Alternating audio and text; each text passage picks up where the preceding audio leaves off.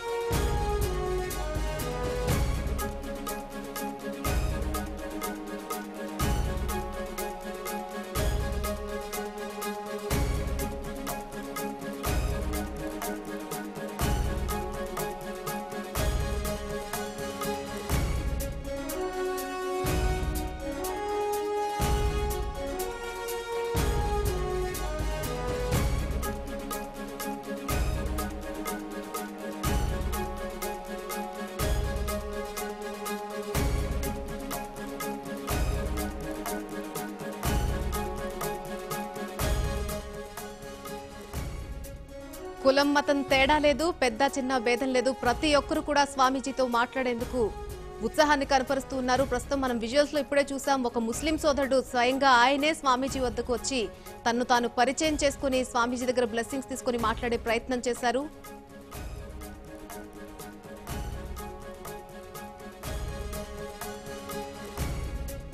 ప్రతి ఒక్కరు కూడా చిన్న పెద్ద మహిళలు ప్రతి ఒక్కరు కూడా స్వామీజీతో మాట్లాడడానికి ఉత్సాహాన్ని కనపరుస్తూ ఉన్నారు. వారంతట వారే స్వామీజీ దగ్గరకు వచ్చి మాట్లాడే ప్రయత్నం చేస్తున్నారు. ప్రజల వద్దకు స్వామీజీ వెళ్దామని ఈ మెట్రో ప్రయాణానికి శ్రీకారం చుడితే ప్రజలే స్వామీజీ వద్దకు వచ్చి చుట్టుముట్టి ఆయనతో మాట్లాడే ప్రయత్నం చేస్తున్నారు. ఎంతో ఆనందాన్ని కనపరుస్తున్నారు. స్వామీజీ ఈ రోజు ఇలా తమ మధ్య ఉండి తమ సాధక బాధకాలను తెలుసుకునే ప్రయత్నం చేస్తున్నందుకు, తమతో మాట్లాడుతున్నందుకు కూడా ప్రతి ఒక్కరూ చాలా ఆనందాన్ని వ్యక్తం చేస్తున్నారు.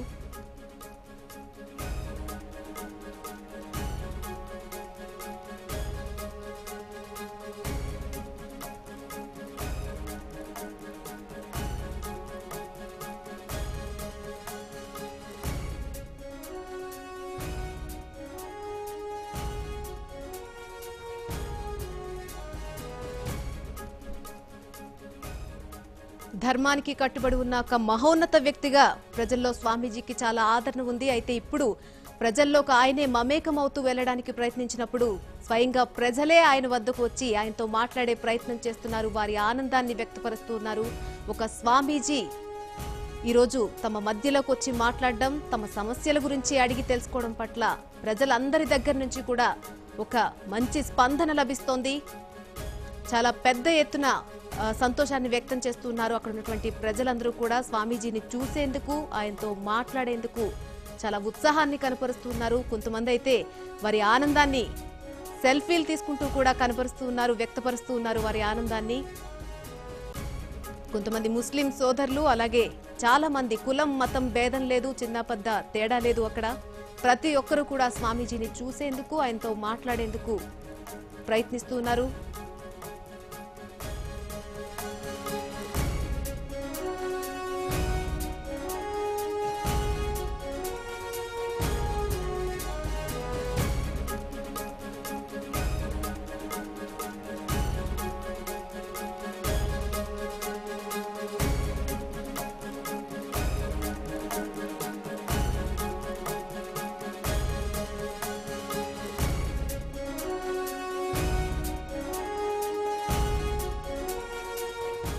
సభలు పెట్టి ప్రజలతో మాట్లాడే నేతలను చూసాం, లేదా ప్రజల కోసం కొన్ని సభలను ఏర్పాటు చేసి వారక్కడికి వెళ్లి మాట్లాడే నేతలను చూసాం. కానీ ఇలా ప్రజల్లోకే వెళ్లి ప్రతి ఒక్కరిని పేరు పేరున పలకరిస్తూ మాట్లాడేటువంటి వ్యక్తిని గాని ఇప్పటివరకు రాజకీయాల్లో గాని లేదా ఏదైనా ఒక స్వామీజీ హోదాలో ఉన్నటువంటి వ్యక్తిని ఇప్పటివరకు మనం చూడలేదు.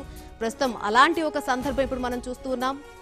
భారత్ టుడే విజువల్స్ లో మనం ప్రత్యేకంగా చూస్తూ ఉన్నాం. స్వామీజీ ప్రతి ఒక్కరి దగ్గరికి కూడా పేరు పేరున వెళ్తూ పలకరిస్తూ కూడా మాట్లాడుతున్నటువంటి విజువల్స్ మనకు కనిపిస్తూ ఉన్నాయి. అక్కడ ఉన్నటువంటి ప్రజలందరూ కూడా స్వామీజీని ఫస్ట్ విజువల్ లో మనం చూడొచ్చు, చుట్టుముట్టి ఆయనతో మాట్లాడే ప్రయత్నం చేస్తూ ఉన్నారు. ఆయనతో సెల్ఫీలు దిగడానికి, కరచాలనం చేయడానికి, అలాగే ఆటోగ్రాఫ్లు కూడా అడుగుతూ ఉన్నారు. వారి ఆనందాన్ని ఆ విధంగా వారు వ్యక్తపరుస్తూ ఉన్న సందర్భం మనం చూస్తూ ఉన్నాం. ఏ ఒక్కరికి చిరునవ్వు లేకుండా సమాధానం ఇచ్చిన సందర్భం మనం చూడలేదు ఇప్పటివరకు స్వామీజీని. ప్రతి ఒక్కరితో కూడా చిరునవ్వుతో పలకరిస్తూ, చిరునవ్వుతో మాట్లాడుతూ వారి బాధలేంటి, వారి సమస్యలేంటి అంటూ అడిగి తెలుసుకుంటూ ఉన్నారు. ఆ విధంగానే ఇప్పటివరకు మాట్లాడిన ప్రయాణికులతో ప్రయాణించినప్పుడు ఇందాక మెట్రోలో కూడా చాలా మందితో మాట్లాడే ప్రయత్నం చేశారు. ఆ మాటల్లో భాగంగానే చాలా మంది ప్రజలు మెట్రో ఛార్జీలు తమకు అందుబాటులో లేవని కూడా చెప్తూ ఉన్నారు. చాలా ఎక్కువ ధరలున్నాయని ప్రజలు చెప్తున్నారని కూడా స్వామీజీ ఇందాక మీడియాతో మాట్లాడుతున్నప్పుడు మనం విన్నాం.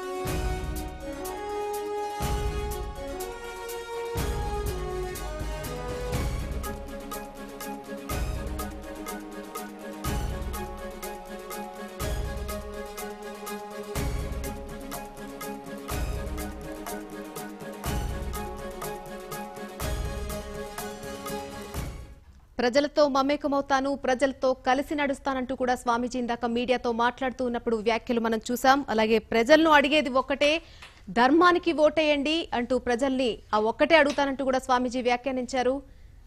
బీజేపీకి ఓటేస్తే ధర్మానికి ఓటేసినట్టే అంటూ కూడా స్వామీజీ వ్యాఖ్యానించడం మనం చూసాం. ఇక ప్రజలతో మమేకమవుతూ మెట్రో ప్రయాణం సాగించినప్పుడు స్వామీజీ చాలా మంది ప్రజలతో మాట్లాడే ప్రయత్నం చేశారు.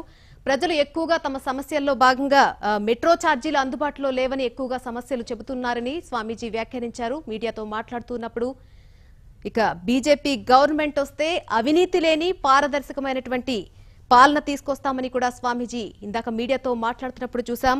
ధర్మానికి కట్టుబడి ఉన్న ఒక మహోన్నత వ్యక్తిగా స్వామీజీకి ప్రజల్లో చాలా మంచి ఆదరణ లభిస్తోంది. ప్రస్తుతం మనం విజువల్స్ లో కూడా చూస్తూ ఉన్నాం. ప్రజల్లే స్వామీజీ వద్దకు వచ్చి మాట్లాడే ప్రయత్నం చేస్తూ ఉన్నారు. ప్రజలతో మమేకమవుతా, ప్రజలతో కలిసి నడుస్తా అంటూ స్వామీజీ ఈ రోజు మెట్రో ప్రయాణానికి శ్రీకారం చుట్టారు. అయితే ప్రజలే స్వయంగా స్వచ్ఛందంగా స్వామీజీ వద్దకు వచ్చి మాట్లాడే ప్రయత్నం చేస్తున్నారు. వారి ఆనందాన్ని సెల్ఫీలు తీసుకుంటూ కరచాలనం చేస్తూ స్వామీజీతో మాట్లాడే ప్రయత్నం చేస్తూ వారి ఉత్సాహాన్ని వ్యక్తపరుస్తూ ఉన్నారు. ప్రస్తుతం విజువల్స్ అన్ని కూడా మనం భారత్ టుడే ఛానల్లో చూడొచ్చు. కులం మతం భేదం లేదు. మనం అక్కడ విజువల్స్ లో కూడా చూస్తున్నాం. కొంతమంది ముస్లిం సోదరులు వచ్చి స్వామీజీతో మాట్లాడే ప్రయత్నం చేశారు. ఇందాక కూడా చాలా మంది మతాల వారు, చాలా మంది కులాల వారు కూడా అక్కడ మాట్లాడుతూ ఉన్నారు. ప్రతి ఒక్కరితో కూడా స్వామీజీ చిరునవ్వుతో పలకరిస్తూ పేరు పేరున అందరినీ పలకరిస్తూ కూడా మాట్లాడుతున్నటువంటి సందర్భాలు మనం ప్రస్తుతం విజువల్స్ లో చూస్తున్నాం.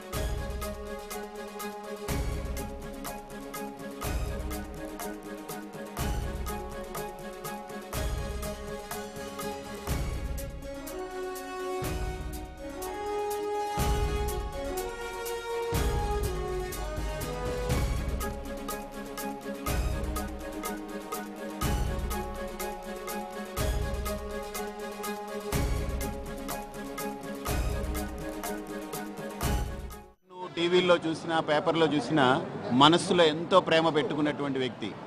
నేను రాగానే పరిగెట్టుకొచ్చాను. ఇలాగా నేను పబ్లిక్లోనే నడవడం మొదలు పెడతాను, పబ్లిక్లో తిరుగుతాను, పబ్లిక్లో కలుస్తాను, అందరినీ నేను కలుస్తాను. ఖచ్చితంగా ఈసారి నేను అందరినీ అడిగేది ఓట్ ఫర్ ధర్మ, ఓట్ ఫర్ బీజేపీ.